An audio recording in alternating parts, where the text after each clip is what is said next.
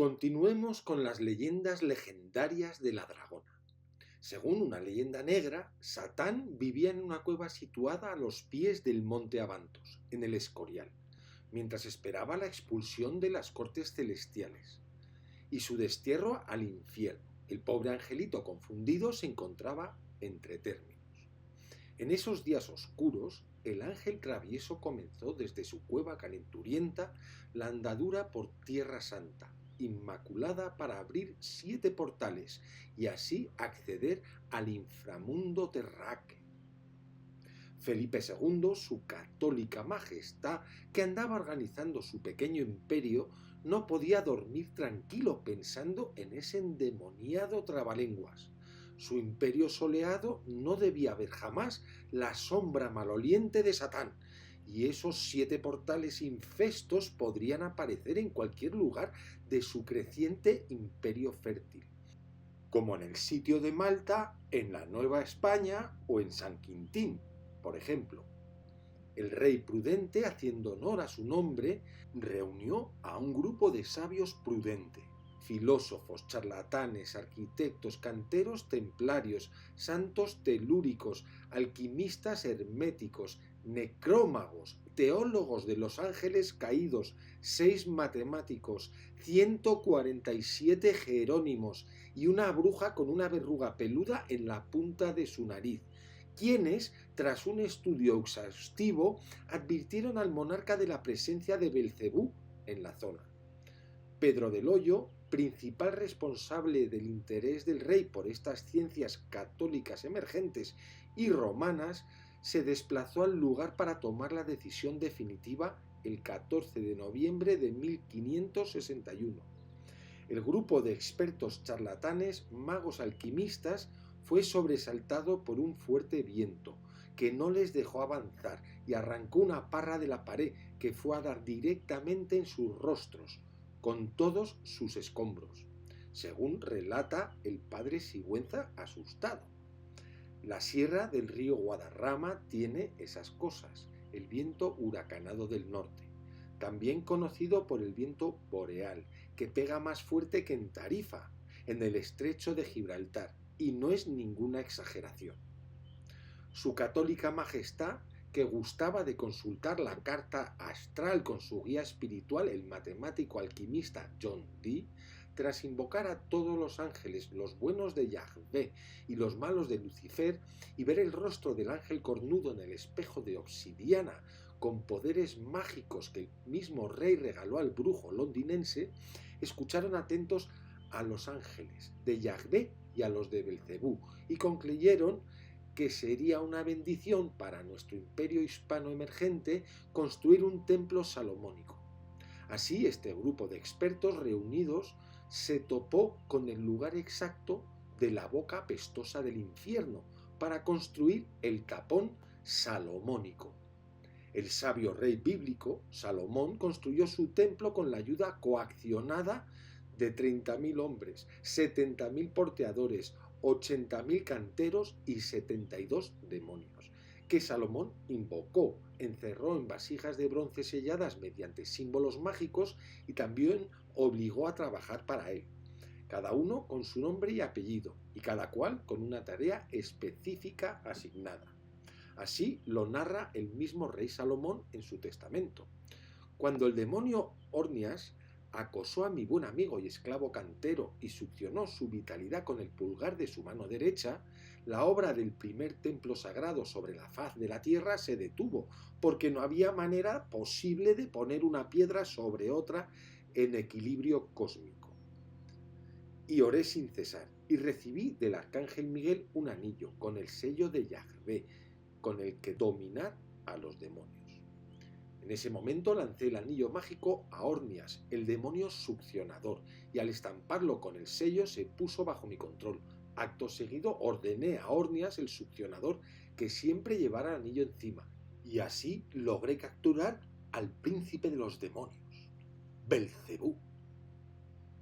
Con Belcebú bajo su mando, Felipe II ahora tiene a todos los demonios a sus órdenes para construir el tercer templo de Yahvé y Belcebú, que van siempre de la mano, Y así nuestra católica majestad pone los cimientos católicos, apostólicos y romanos para la nueva Jerusalén. Desde sus simientes surge nuestro imperio patrio hasta la eternidad de los tiempos apocalípticos. Así Felipe II, el rey prudente, bien asesorado y con todos los estudios teológicos pertinentes realizados, construyó el monasterio hermético del Escorial sobre un monumento megalítico construido 6000 años antes por gentes trogloditas y analfabetas. En tiempos bíblicos serían unos 475 años, antes de que Yahvé, el innombrable, y Belcebú, su favorito, crearan el cielo y la tierra. Pero hay que tener en cuenta que lo de las fechas, lugares y medidas bíblicas siempre bailan un poco. Lo que es evidente es que sí que existía gente precreacionista y animista en ese lugar tan apreciado por Satanás. Lo puede comprobar usted mismo paseando por el Parque de la Manguilla, con más de 150 menhires colocados en fila, que son los que quedan aún en pie.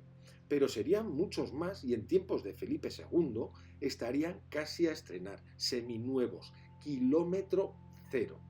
Es un monumento megalítico como el de Karnak en Francia, con sus más de 3000 menhires colocados en filas, o los de Karunje en Armenia, también marcando un camino sagrado. El Parque de los Menhires Paganos de la Manguilla permanece abierto 24 horas, 365 días al año, y los fines de semana se llena de numerosas familias numerosas que no tienen noción alguna de la importancia de esas piedras ahí colocadas. No hay ningún cartel informativo por parte de Patrimonio Nacional, la Comunidad de Madrid o de la UNESCO. La Sierra de Guadarrama es conocida también por la Sierra de la Dragona de Siete Berracos, con su leyenda paleolítica. La dragona, como el rey prudente, sentía pasión por la piedra filosofal y fue a estudiar con las más importantes magas y chamanas de su época y adquirió el conocimiento profundo de la alquimia interna en China, directamente de una maestra taoísta, y obtuvo con matrícula de honor el título de dragona buena. El dragón de Occidente, el de su católica majestad, es su contraparte patriarcal. La adoptaron los padres de la Iglesia para representar a Belcebú. De hecho, todo lo que es precreacionista es paganamente endemoniado, justo desde entonces y hasta nuestros días.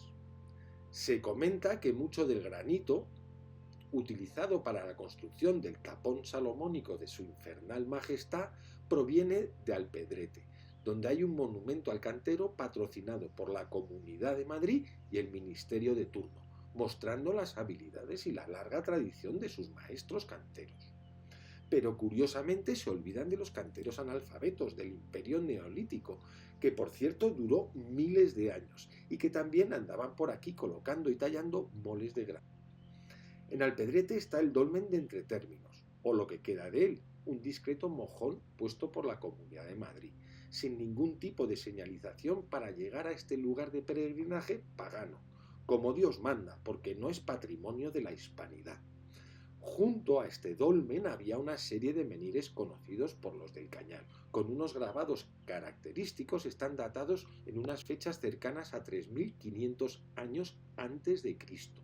Entiendo que en la rotonda del Zoco de Collado Villalba hay 3 menhires del Cañal, tristemente abandonados. En Cercedilla, que es donde descansa la dragona de Siete Berracos, hay una ciudad megalítica a plena vista.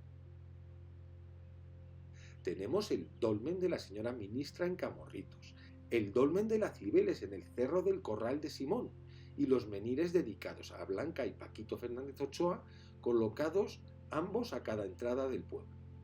Pero volvamos a Belcebú y a ese tapón y a ese ángel caído de los cielos, dragón, serpiente o renacuajo. Los trogloditas paganos de la Sierra de la Dragona Buena eran una gran familia. Sabían perfectamente lo que representa esa alegre dragona que reinaba en sus laderas. Es la Magna Mater, la Cibeles, la diosa de la montaña de la edad del hielo.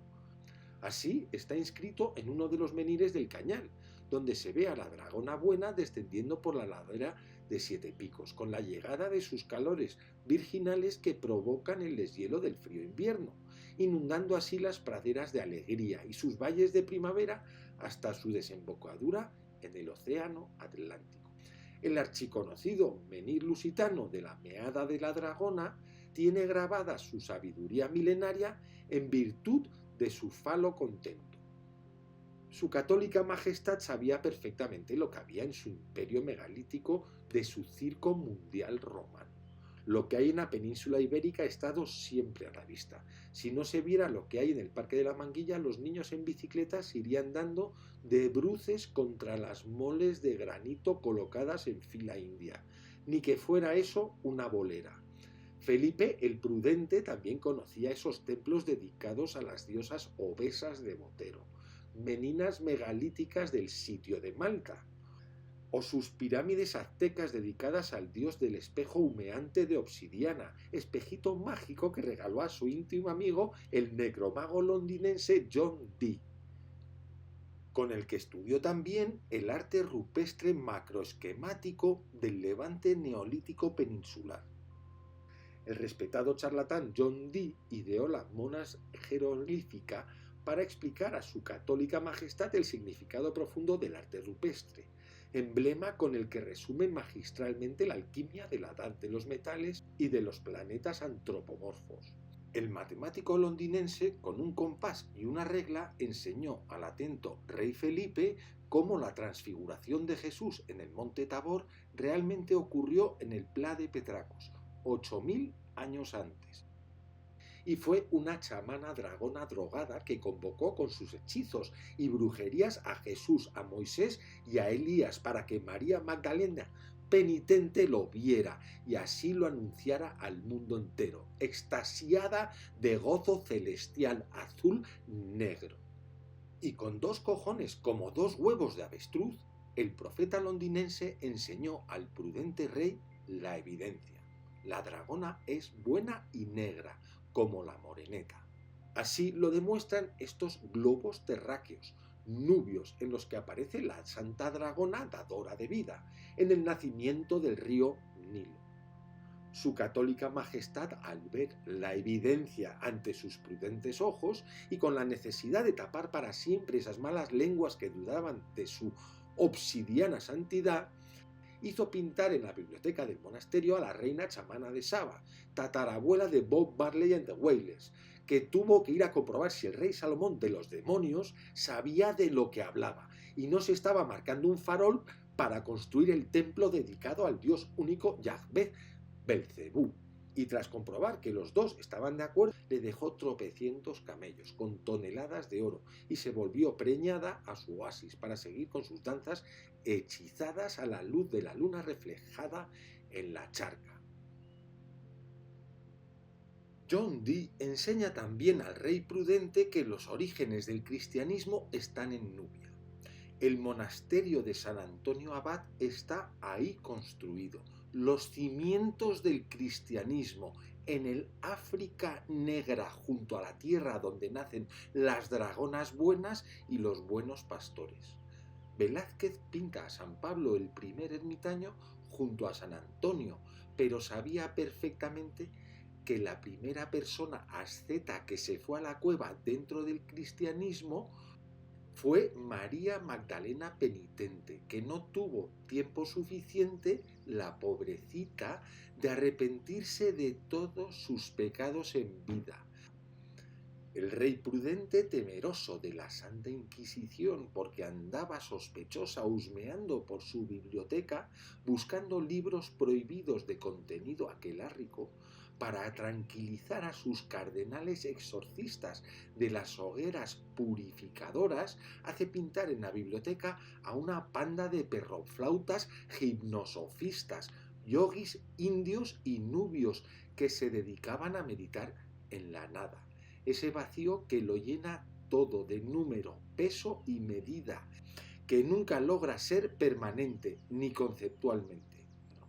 La práctica religiosa de estos sabios implicaba cálculos muy sofisticados y convirtieron ese vacío en un cero. Darle a la nada un símbolo, comprender que la nada es un gran paso conceptual y experiencial, y lo llamaron sunya, también conocido como nirvana o éxtasis nazareno-magdaleno. Estas gentes nubias e indias, padres y madres del desierto celestial, compartieron vivencias, risas, bailes y conocimientos esotéricos vía marítima.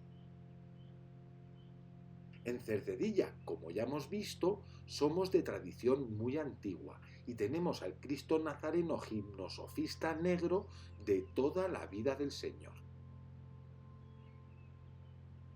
Los Busman de Sun Rock Festival, que conservan la tradición más antigua entre los terraplanistas, de alrededor de 75.000 años de antigüedad, veneran a la gran dragona subacuática, a la que bailan y danzan desde el comienzo de los tiempos paganos. Dragona que llenó el planeta Tierra de su zumo de montaña celestial, y dan gracias por su creación, que es el jardín del Edén, el paraíso de la dragona buena. Alrededor de 15.000 años más tarde, los aborígenes australianos dan la autoridad de la creación a la serpiente arcoíris, que da vida a todos los sueños conocidos, gracias a su zumo de montaña tecnicolor, que brota sin cesar y baña la tierra soñada con su alegre conocimiento boomerang. 20.000 años más tarde, 40.000 años antes de que Jesucito de mi vida eres niño como yo, cuando por fin llega la civilización a la Unión Europea con todo su conocimiento sagrado, se empieza a ver un florecimiento cultural en sus gentes indoeuropeas, hasta entonces analfabetas. Tenemos en la República Francesa 2 cuevas en que la dragona buena está presente, y nos muestran las sacerdotisas de entonces que es gracias a ella que esos lugares son sagrados, porque contienen zumo de montaña no embotellada, que sana, hace milagros y la vida se colma de alegría. 10.000 años más tarde, en la cueva de la pileta del río Guadiaro que desemboca en el estrecho de Gibraltar, aparece de nuevo la dragona buena, que desborda las paredes de la catedral paleolítica con su serpenteante movimiento de energías positivas, creadoras y destructoras. El Sahara, en tiempos de la dragona buena, era verde, y sus amables habitantes orantes bailaban y danzaban por ese jardín del Edén como Pedro por su casa.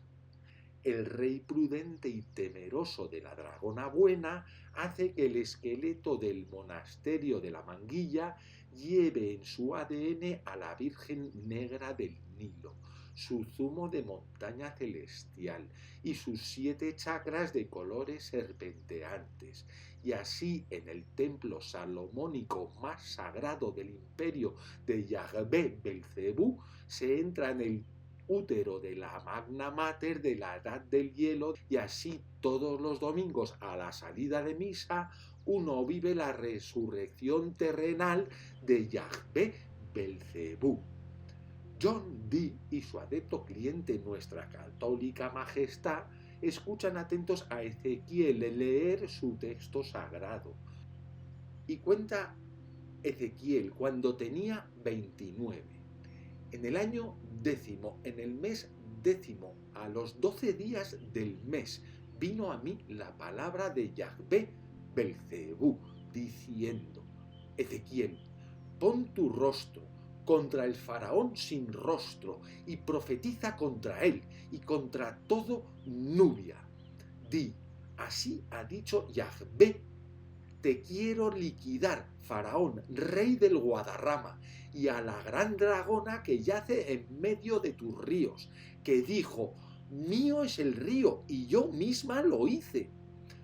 Yo, pues, pondré garfios en tus quijadas y haré que se peguen los peces de tus ríos a tus escamas, y te sacaré de en medio de tus ríos, y todos los peces y renacuajos de tus ríos saldrán pegados a tus escamas. Y te arrojaré al desierto, a ti y a todos tus peces de tus ríos. Sobre la faz del campo caerás, no serás recogida ni serás juntada.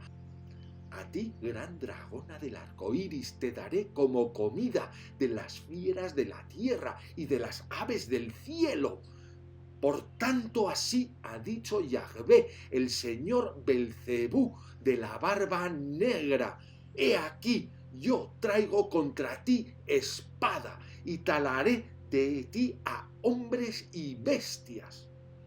Y la tierra negra de Egipto será asolada y desierta, y sabrán que yo soy Yahvé Belcebú, porque dijo la dragona buena, mío es el río, y yo misma lo hice. Por tanto, he aquí, yo estoy contra ti y contra tus ríos, y convertiré la tierra de Egipto en ruinas, una desolación, desde Migdol hasta Seben, y hasta la frontera con Nubia.